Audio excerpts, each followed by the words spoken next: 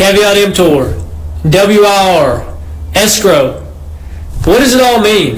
Find out next on the Real Estate Rundown.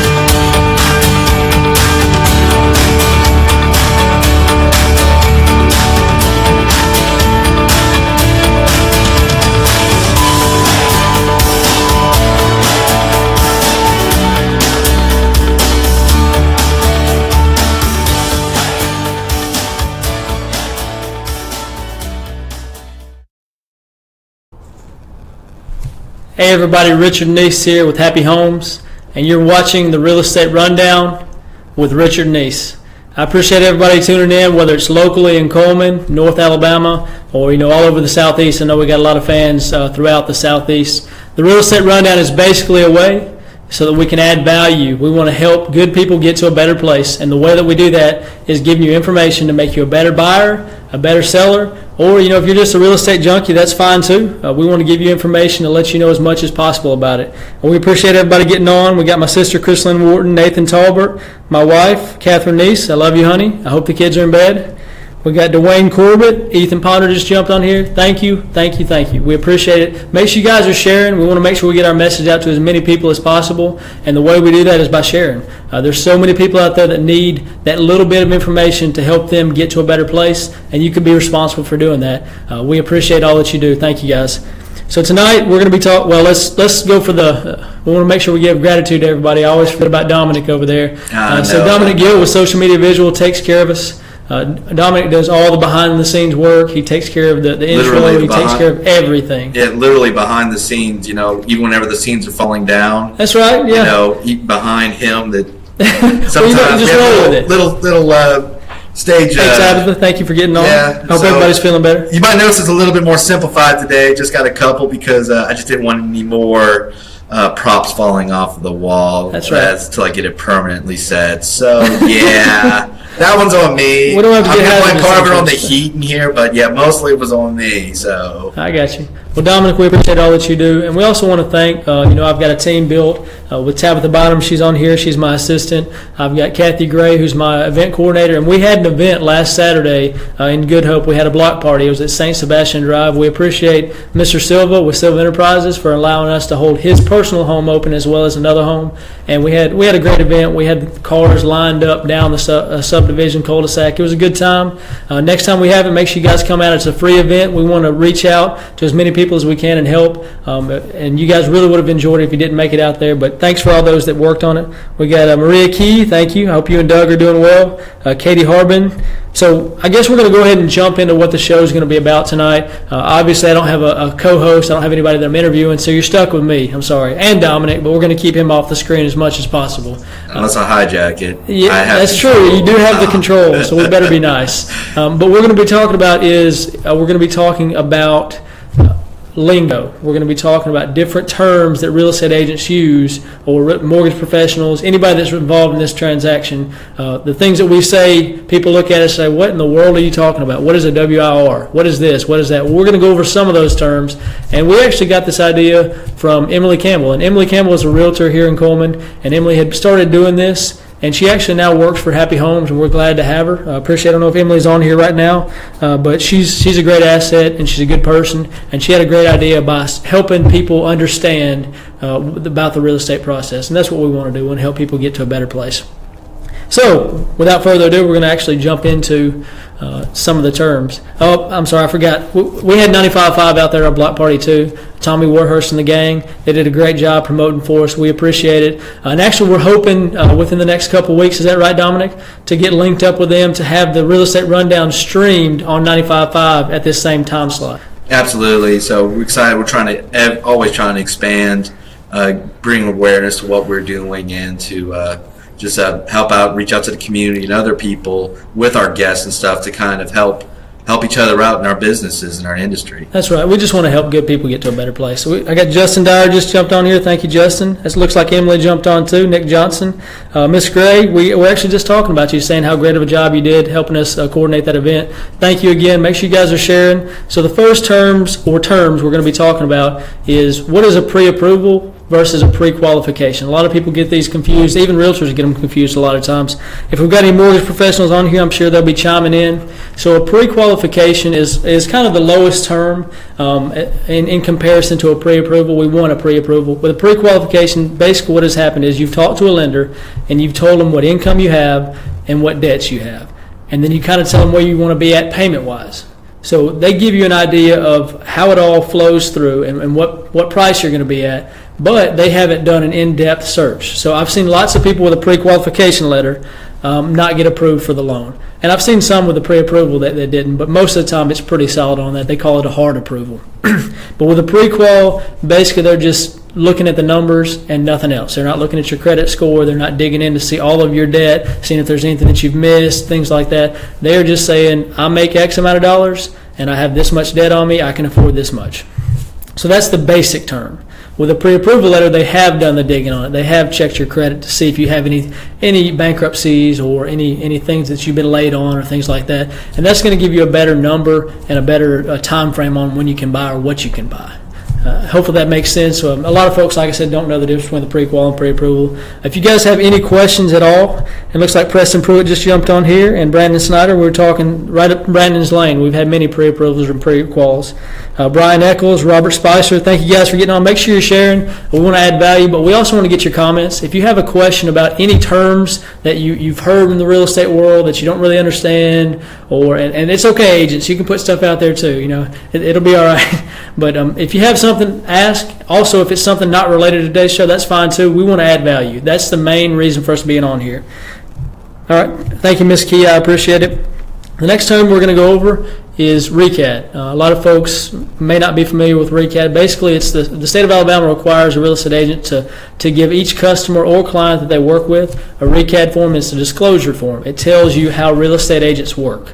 There's several different ways. We could do a whole course on that, not just one show, but a whole course on RECAD. It's called the Real Estate License Course, but pre-license.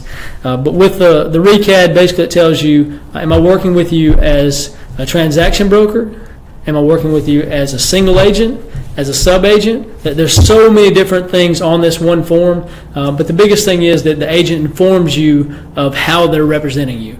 And we'll go into a little bit more depth on that. We'll talk a little bit about buyer agency agreement, but this form has to be presented to you, and it's called a RECAD. Do you have that popped up on the screen, Dominic? No? Okay, I got you, man. Don't worry about it. No. You want the whole recap form up there on screen? No, I was just talking about the name of it. Yeah, no, I just had it abbreviated RECAD. Hey, so overachiever there. Good job. I mean, good job. We use abbreviations for a reason. Acronyms are friends. Yeah. Acronyms are very good friends. We got Emma Picklemeyer that just jumped on here. What does contingency mean? Well, a lot of people don't know what contingency means, especially in the real estate world. But it's a bad word. It's a bad word. So the thing that I get from most people when they ask me about a contract, and it's done differently everywhere, but are contingencies. And the first thing people ask is, well, what if the home inspection goes bad? Do I have to stay in the deal? Do I have to lose my earnest money? Our contracts are laid out so that contingency, you're killing me, Brandon. We have a contingency that's home inspection contingency. So if you find major defects with the property, you can walk away from that and usually get your earnest money back. Now, the other side has to release that too, but if there are major defects, then they're not going to have a leg to stand on if it goes to court, and so they'll give that back to you. Now, that doesn't mean normal wear and tear. I don't like the scratch that happened on the hardwood floor, the small scratch that kid did, so now I'm going to back out of this $300,000 deal. There's a huge difference on that. Hey, Dominic, can you help keep up on the comments? I'm having a little bit of trouble. Keep up there. All right, here. This is what we got in the comments so far. Nick was asking something on there. Yeah, Nick. When talking with someone about a loan and what you are approved for, how long does it take to find something out about it?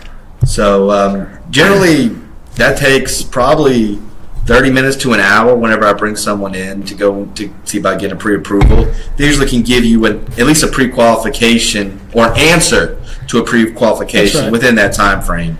Not everyone gets pre-qualified, but it is the first step you should take.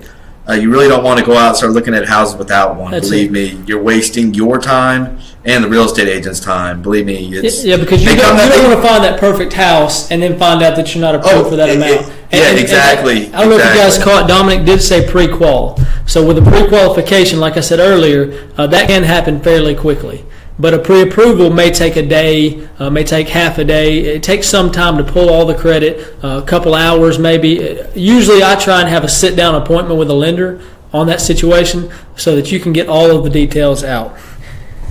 We got TRID is an acronym we all know. Well, I'll let you talk about TRID next time. Yeah, we don't talk about TRID much. That's a dirty word. So we got Samantha Will that just jumped on here, Carrie Neighbors, Danielle Edwards. We appreciate you guys getting on. I hope we can add some value. If you have any questions, Brandon jumps in pretty frequently and asks questions that most folks are thinking. So don't be afraid to comment. And it's something I talk to younger agents, like I'm so experienced on it all, but some of the newer agents that are getting into the market, I talk about the pre-TRID days and how easy it was. I know it's not much different on our end, but I know on y'all's end it was a lot easier before then.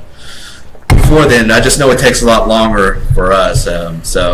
Yeah, I remember those days. They were nice. Everyone told us we had it good. Yeah. We had it good. The next term we're going to talk about is buyer agency agreement. I got to cut Dominic short. He will talk for hours and hours, I'm telling you guys. I know we only have a short amount of time. We want to cram it full of as much. Is that a short joke?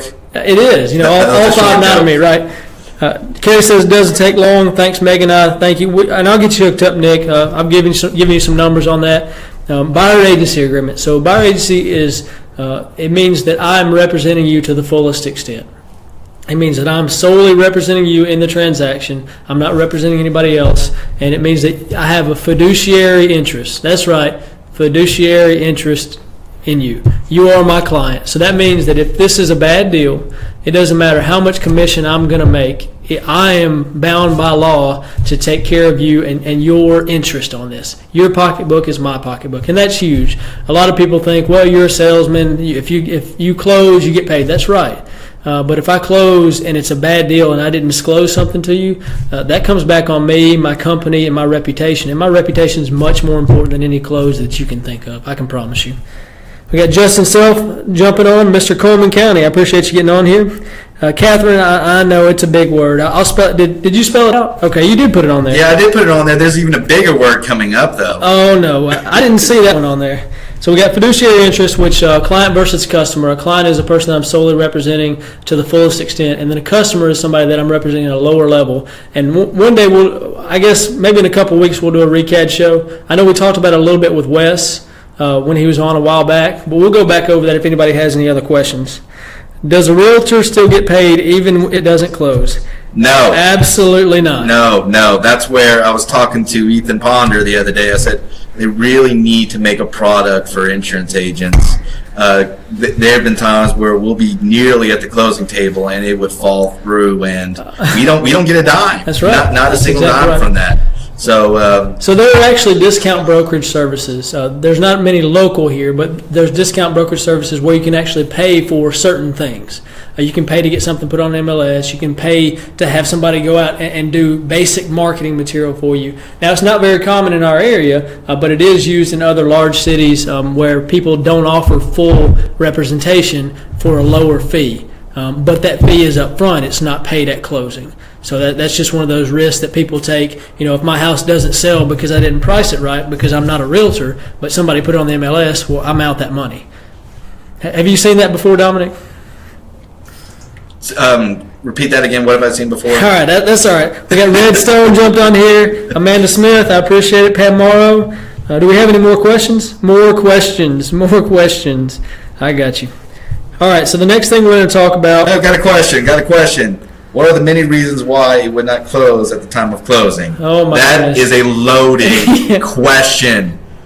That's most of the time it's because of a failed home inspection. In my experience, is whenever the house is not completely ready for the buyer to buy it, they find a problem with the house that a lot of times the seller doesn't even know about the problem, and it's something that usually doesn't get resolved, and it ends up in killing the deal. That's usually when most deals get killed. Is that after the home inspection. There's a wide range of that happens. There's several deals that fall through because of actual financing, whether somebody got behind on a payment, or they found something that was hidden, or that they had forgotten about. A judgment pops up. We actually had one realtor that I know. They were a week away from close, and when they were doing a search on the title, they found that the seller owed child support from California, and it was something like $70,000 on it. So, there's all sorts of things that can cause it to fall through. An appraisal value could come out lower than the actual purchase price, and that you have to renegotiate at that point. There could be some repairs that the appraisal requires that the home inspector didn't catch, or something like that. So, title issues, yeah, exactly. There's tons of stuff. Chain of title is lost. There's so many things in that real estate transaction process that could cause it to fall through. That's an entire 4 or 5 days. You could get around realtors, and it would take 4 or 5 days to explain everything that's ever happened. But we kind of gave you a quick. I know that deal. Yeah, I do, Brandon. So there's all sorts of things that can cause it to fall through. So it's really amazing that we get any transaction done. But it really takes a team effort from the listing side to the buyer side, helping each other, the lenders, title companies. It takes everybody, and it's a long, stressful process. So it really helps when people work together and not against each other. We have to represent our clients, but at the same time, it doesn't have to be nasty and dirty. It can be helpful. I've got Justin's on here. Justin's great. He's done so many good things to help people in the community as far as realtors go, and we appreciate what you do. There's a lot of good people out there selling houses as a way to make a living, and just because they're doing that doesn't mean they're greedy. It doesn't mean anything like that. They're usually good folks trying to help you, just like me. All right, don't buy anything when you're under contract. No new cars. Exactly. Yeah, that's great. Don't buy new cars. Don't apply for that belts, 10% off credit card. Don't apply for the JCPenney. Just your credit. Just imagine it's frozen, and treat it that way. And you definitely should. At least call your lender and ask before you do something like that. There are times when you have to buy something, I understand that, but call and see how it's going to affect things. And more than likely, they're going to say, please just wait till the end of the transaction, especially if we're pretty close. The next thing we're going to talk about is going to be caveat emptor. Dominic, what language is that? Latin. That's right. It's Latin. Caveat emptor means buyer beware. Alabama is either the only or one of the only states that applies. Three states. Wes mentioned some of it a while back. I think 3 states. I believe one of them is Virginia, if I'm not mistaken. Yeah. And the other one, I'm not sure. But yeah, we're one of 3 states. And if don't quote me on that, it's secondhand information. So if something's I'm glad you said it, that makes it easier on me. I can get out of that one. So caveat emptor means buyer beware, and buyer beware is basically stating that it's upon the buyer to find anything that's wrong with the home. We don't have to do disclosures like they do in other states unless it's going to hurt or kill somebody. And as long as those things aren't applied, then if they've got a leak up under somewhere, they don't have to tell you that, even if they know about it. Now, most people do. Most people know, hey, I've got this problem with our house. We'll fix it, no problem. But it's on you to find those things. If there's a foundation issue, it's on you to call a foundation specialist. If your AC goes out, it was on you to call that AC repair specialist. So we got some other guys. Awesome program. Thank you, Maria. I appreciate it. Is it better to pay off some credit cards before closing or just leave it be? Talk to your bank. So, Chris, you definitely want to talk to the lender on that one just to make sure, because sometimes, it doesn't hurt you that much to have that little bit of debt on there, especially if you need that for closing and costs. sometimes paying it off early can affect your credit negatively. I know on some loans it does. I would definitely talk to your lender before you do anything as far as paying off a credit card completely. Most likely it's going to be okay, but you just never know how it can negatively affect you at the same time. That's right. So we got a question from Robert Spicer. What if you get a new loan to consolidate other loans to save money? Like I said, that's really going to be on the lender side. We've got several lenders on here, and they can put Brandon, their contact information. give us a little input on that if you can, if you don't mind. Brandon Snyder can give us a plug. I know Carrie Neighbors is on here. Looks like Erica Phillips. Josh is probably sitting there. They can help you answer that question. It's usually going to depend on the situation as a whole. It's hard to give exact answers in those situations. Just like, if I was talking about a specific house, how much would it be worth if this, if that? Well, it depends on the area. It depends on so many other factors. So you definitely need to talk to a professional about that to get that information. We got Ryan Wisnut on here. I appreciate it. Heath, health and structural issues are exempt from caveat emptor. That's right. Mold, rats. You can tell Tabitha's working hard on her license. She's doing a great job, and she's getting the information that the pre-license course gives you, and the health and structural issues are definitely the things that are protected against caveat emptor. They have to disclose those things. Chris Cotton, I'm late, but I'm on. I was doing a repair check. Yeah, Chris, I know you're always working, man. I appreciate all that you do. I'm still working on a cup for you. I'm going to get you the information on that. Yep, that's right. We do miss Chris. Dale, now that we jumped on here, so the next thing we're going to talk about is, I think this is Dominic's favorite. When we're going through the preview, WIR. What is a WIR? There are realtors that don't know what WIRs are. The first 6 months, you say, what's a WIR? Well, I don't know. Is that something wrong with the texting? He's making fun of me about a story I told him about 30 minutes ago when we were talking about this. As I was, and this is after a couple of years of being in the market. Was going with another realtor, and she texted me. She said, "We need to see about a WIR." What's up, Josh? Appreciate you jumping on. And hey, thanks for that information, Carrie. That's whenever I was like, "What's a WIR?" Felt like an idiot, and that's whenever she told me what it was, and I felt so stupid. But that was the first time I've heard that acronym on that one. So we'll let Richard explain what WIR means for those. So sometimes even realtors need an education even after a couple of years. Well, not all realtors are created equal. Okay, anyways, so WIR, Wood Infestation Report. We have several reputable companies around the area. You have Cook's Pest Control. You have Quick Pest Control. I think that's what the name of the company is. There's several folks around that do that here locally. And a Wood Infestation Report is the basic level. That means that they get up under your house, they look and make sure there's no termite tunnels, there's no mold, there's no fungus, there's no other critters crawling up around in there. Basically, they're going to write a report that satisfies most loan types. I think FHA needs it, VA needs it, a couple others. You have to have that wood infestation report. I always recommend it. It's going to tell you whether or not you have had or have a problem with termites. Most houses in our area, if they're over 30 or 40 years old, they're going to have previous infestation. Most of the time, though, they've been treated already, and if there's no active, usually you don't have a whole lot to worry about, but that goes back to buyer beware, caveat emptor. You want to make sure that all of the structure is sound, because if the floor joists are rotted out, it doesn't matter if it was previous and treated, they're still rotted out, and that's what you want to make sure you're checked up on. Great show. This is Big D. Hey, Big D. Good to see you, brother. We were just talking about you guys a few minutes ago about 95.5 and how you guys came out and supported us at our open block party. We appreciate it. And we're going to try and hook up something so we can be on 95.5 streaming this live on your station. So give me a holler sometime. Dominic can get you the information, and maybe we can set up a lunch or something.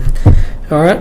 Hey, make sure you guys are sharing this. There may be somebody out there that needs this information that helps them get to the next stage, get to a better place. We had Carrie on here. We got Josh Phillips. We got lenders. We got home inspectors. We try and add value everywhere we can, almost to a fault. We want to give you everything so you can make an informed decision, because we want you to benefit from our experience and what we do every day, because that's the end goal. You can watch HGTV all day long, but it's really not going to teach you a whole lot about our area. Don't lie to people. That is an exact representation of what goes on in the real estate market. I don't know if Justin's still on there, but I saw Justin on there the other day. Justin Dyer. Really? Yeah, he's had a couple shows on there. Justin's killing it out there. We appreciate his support. He's been a good mentor of mine, especially on the branding side. Thanks for watching. We got Allison Coffee on here. We got some more professionals. Sounds good. Done. All right. I guess I missed some of that stuff. All right. The next thing we're going to talk about, it's one of the last things, is going to be escrow. So we talked a little bit about this before. I don't remember which guest it was asking about escrow. I think it might have been Ethan. But anyway, so escrow, this can be used in several different ways. Real estate agents talking amongst themselves, they might refer to escrow as under contract. I have 15 deals in escrow right now, meaning they're waiting to be paid on it once the deal goes all the way through. Not falls through, it goes all the way through. We don't get paid when it falls through, but it goes all the way through. We get keys in hand. We get two happy people or two happy couples. At that point, it's no longer an escrow. Then you have another. Hey, Mr. Holmes, good to see you, Chief. I appreciate it. We got Andrea jumped on here. She's a realtor down in Gardendale, one of the Homes for Heroes representatives. We appreciate all that you do. You still down at the beach, Andrea? If you are, we're headed down there soon. So escrow, in another way, escrow talks about once you have bought the house. So we've already been through the whole close process. You have your home. Well, you have to pay taxes and insurance on your house. So you have those things escrowed, meaning that the mortgage company takes money out and charges you every month, and they hold that money until the end of the year where they pay that insurance and they pay those taxes. This is a way to protect them, and I'll go ahead and tell you, because if you don't pay your taxes, somebody can buy a lien on your property. And if they buy a lien on the property, they can eventually take the property, and at that point, the mortgage company has lost that property, so they still owe a mortgage on it, or you still owe a mortgage on it. So at that point, you have a big problem. And then the insurance side, if something happens to the house, they still have money out on that house, so we need to make sure we protect that on that end. We got Kevin Campbell jumped on here. Cheyenne, it's good to see you. So we got a pretty good showing today, don't we, Dominic? Oh, yeah. I appreciate everybody getting on here. I hope that we're adding value. We really want to help as many people as we can. If you can get one thing out of this, or your friend gets one thing out of this and helps them get to a better place, that's the main goal. We want to help people. Let's see, I think that's going to about finish it up. We got some big news coming up, though. We got a few things. Starting in July, we're going to have, we're just going to put some stuff out there, maximum exposure. We're going to try and get as much exposure as we can to our listings, try and find some new buyers so we can help more people. So just stay tuned. We're going to have some stuff that we're going to push out. And then we're also going to start something. What time are we going to put that stuff out on Monday, Dominic? 5 o'clock in the morning, we're going to start. Hey, Renee, it's good to see you. It's going to start a new series, I guess, where we're going to just give some more Monday motivation and try to be a little more tailor-made to what we're doing. Don't give away the farm, Dominic. Don't give away the farm. All right. Well, I just want to say that, with all the fonts and everything fancy we're trying this week, that this week's brought to you by the letter A. You got jokes. Hey, Big Boy, we appreciate it, man. I definitely want to get on there. I think that we can help each other. I know you guys are doing big things at helping out folks with 95.5. I'm hoping we can get a time slot and stream it across and maybe even get some replays going. So just give me a holler sometime. We'll get it all set up. At least I kept the clothes on this week. That's right. Yeah, I know you wanted me to start stripping down there, but Vin Diesel, you need to calm it down.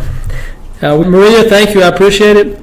Teresa, I agree. And that's a good point, talking about my clothing and then us staying out late. My wife does a great job. She supports me in every way possible.